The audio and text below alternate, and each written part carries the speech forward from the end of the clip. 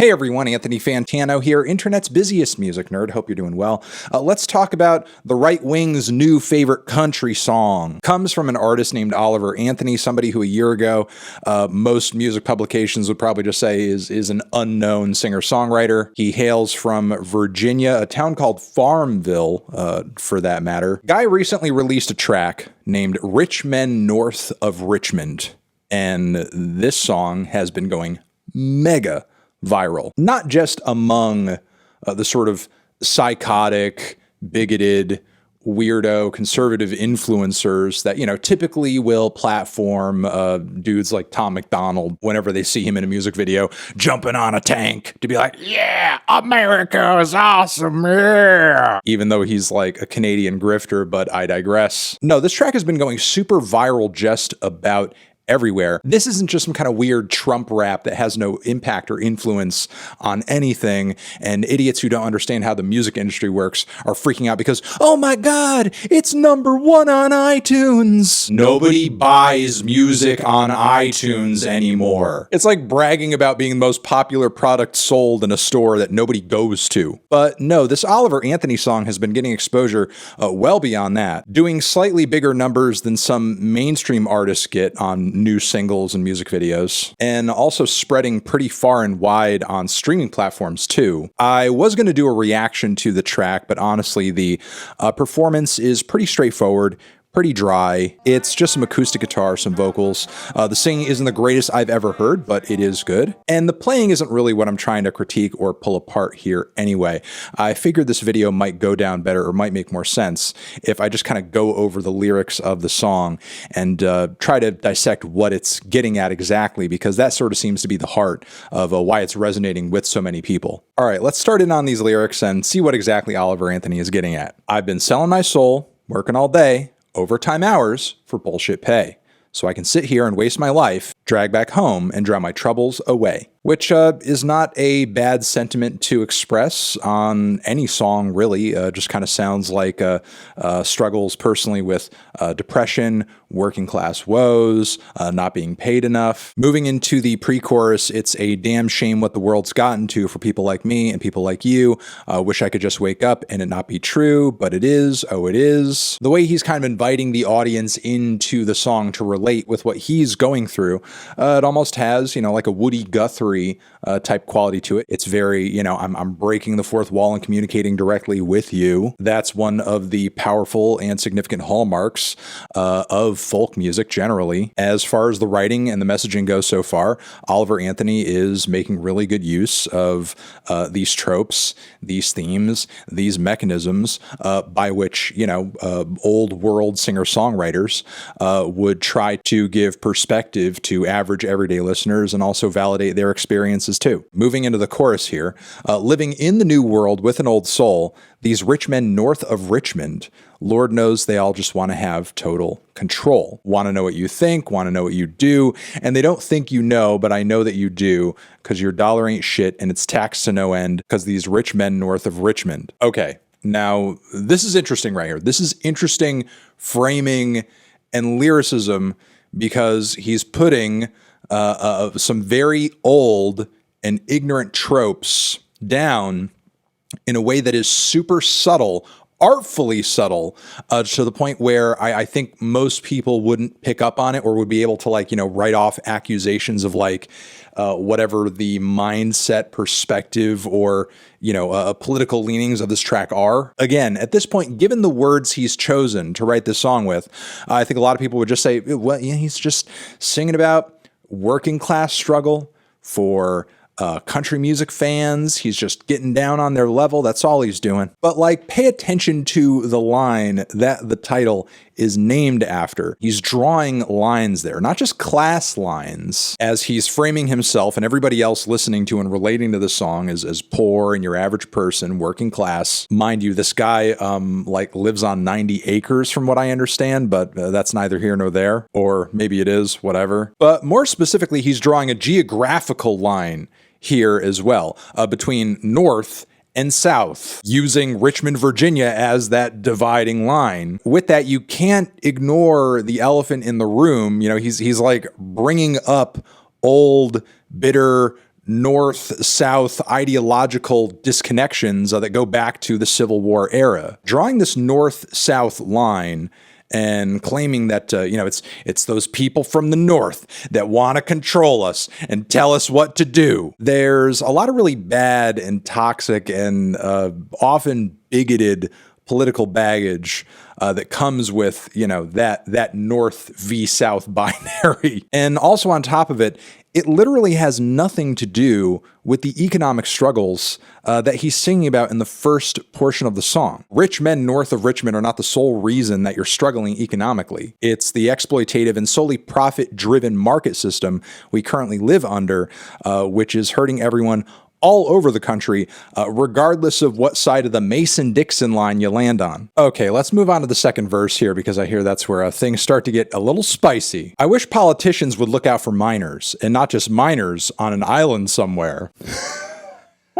While in the abstract, this is not a bad thing to bring up, often when the rubber hits the road, the people who are the loudest on this topic seem to turn a blind eye when some of their favorite figures kind of get caught with their hand in the cookie jar. So that's an interesting line that's kind of at war with itself in a way. Also the next one, because Lord, we got folks in the street, ain't got nothing to eat, and the obese milking welfare. Him whining about obese people milking welfare, one of the oldest right-wing cries of wolf that there ever was, which is just a feigned concern over money being wasted. Oh, that's just wasteful. You're just throwing money down the toilet, feeding these people who are fat. Feeding these lazy, good for nothing. When, if you want to talk about excess spending and waste in this country, monetarily speaking, fat people on welfare is toward the bottom rung. A much larger portion of our overall budget as a country goes toward defense spending, goes toward wars, goes toward places like the Pentagon throwing cash left and right with no accountability whatsoever. And also our healthcare system, which, mind you, we pay more for that per capita than any country that actually has a socialized healthcare system. That is all waste. That is all your tax dollars going down the drain. That is literally the government burning your money in your face. Going deeper here, well, God, if you're 5'3" and you're 300 pounds, taxes ought not to pay for your bag of fudge rounds. Honestly, there's more than enough money in the US budget to buy everyone enough fudge rounds to the point where we'll just all die and go into a diabetic coma, which comparatively would be money better spent than on another unnecessary invasion, a bunch of military bases that do essentially nothing, or just putting that money into the pockets of price gouging big pharma CEO assholes. So to put it clearly, if your worry right now for your average person in this country is how far their dollar goes, how much money they're making, and you're thinking about where does that come from?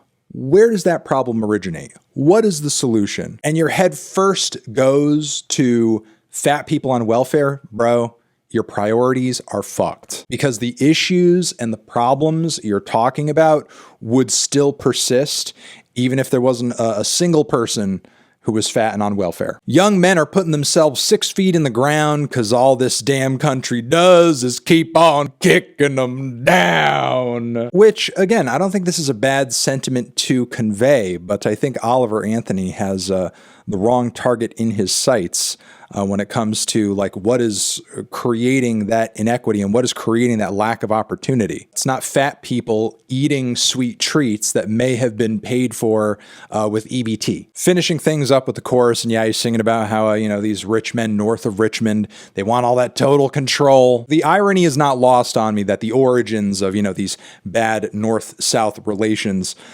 draw back to the want for control and ownership of literal human beings. But yeah, reading through this, I'm not really surprised to see this track popping off with the groups of people that it is, because again, it's really kind of drawing back to the same old story, the same old bullshit of North versus South, but it's just putting it in a slightly subtler package. And some of you may be watching this video reacting, thinking, Anthony, why are you covering this? It's just like a right-wing country song. There's a million of them. But I think it's worth exploring and talking about the fact that the right-wingification of country music has long been a political project that dates back to the Nixon administration. It's not just a post 9/11 thing, as some Zoomers and younger millennials seem to think. And because the genre has been completely and utterly co-opted and corrupted, stuff like what Oliver Anthony is singing here is very well received, as we are seeing from the views and the virality of this track. And sadly, for a moment, while there was a part of me that was really excited to,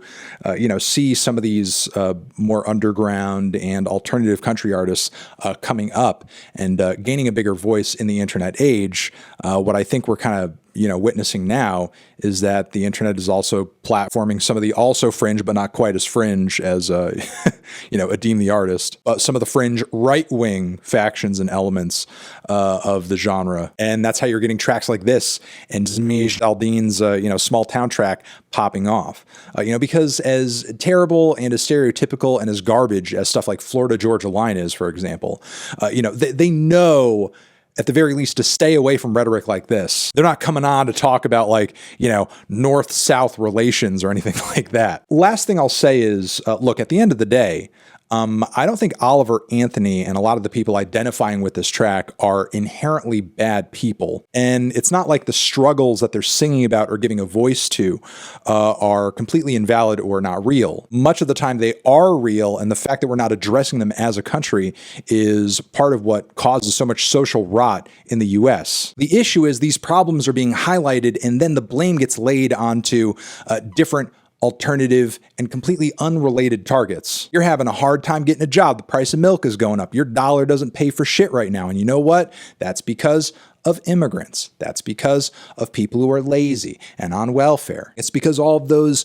elites up in the north, they don't like you. When in reality, if you wanted to wake up tomorrow with better pay, better opportunities, better everything, the answer is to protest and get out in the street. The answer is to unionize and organize against your boss, for example, until you're getting better pay. People who are in the same economic class as you, but look differently or dress differently or are a different orientation, whatever, those people are not the reason that life sucks for you. So again, the track does lend a legit voice to some real struggles, but any kind of solution-based focus from there is just misdirected into other just non sequitur crap, which is pretty much a hallmark of right-wing anything. Get mad and get afraid over stuff that doesn't really impact your life in any way. All right, that's all I'm going to say about this track. You're the best. Thank you for watching.